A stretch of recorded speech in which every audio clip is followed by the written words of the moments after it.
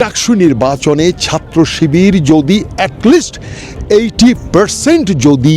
তারা বিজয় হয়ে থাকে, আমি বনি আমিন, আমি ওয়াদা করলাম আমার জীবনের সকল সঞ্চয় কি আছে সেটা বলবো না, কিন্তু প্রতি বছর একজন ছাত্র একজন ছাত্রী আমি অস্ট্রেলিয়াতে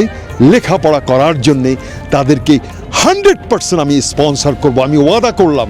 আমি বনি আমিন আজ মঙ্গোলিয়ার এই চেঙ্গিস খান এই মূর্তির সামনে আমি ওয়াদা করলাম, ছাত্র শিবির প্যানেল ডাকসুতে যদি